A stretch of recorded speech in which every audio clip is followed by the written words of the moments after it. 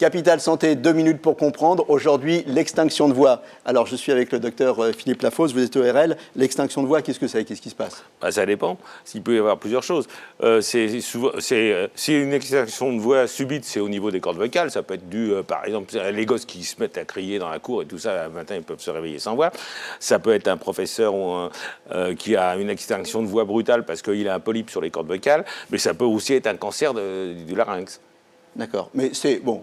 Quand c'est bénin, c'est parce qu'on a trop sollicité sa voix ou qu'on a pris un coup de froid. Ouais, grosso modo, c'est un petit peu comme ça que vous voyez la chose. La cigarette, l'e-cigarette, tout ça, ça joue. C'est pas très bon, c'est certain. Bon. Mais ça provoque pas une extinction de voix brutale. Ça provoque une modification de la voix, c'est totalement différent. Et ça nécessite surtout de faire un bilan chez un otorino, parce qu'il n'y a que l'otorino qui va pouvoir aller jusqu'aux cordes vocales et voir ce qui se passe au niveau des cordes vocales. Ça peut être une paralysie d'une corde vocale, une corde vocale qui ne marche plus d'un coup. Ça peut être quelque chose de viral, un petit peu comme on peut avoir une paralysie faciale. Mais ça peut être une petite lésion ou ça peut être une inflammation du larynx.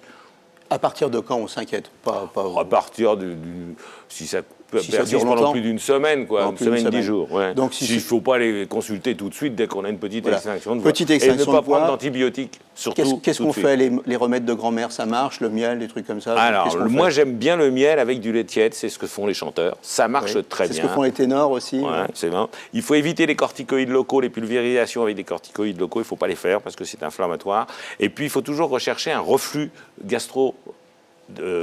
œsophagien, ce qu'on appelle, c'est-à-dire des remontées d'acidité qui viennent de l'estomac et qui peuvent provoquer et qui peuvent perturber la voix. Voilà. Ok.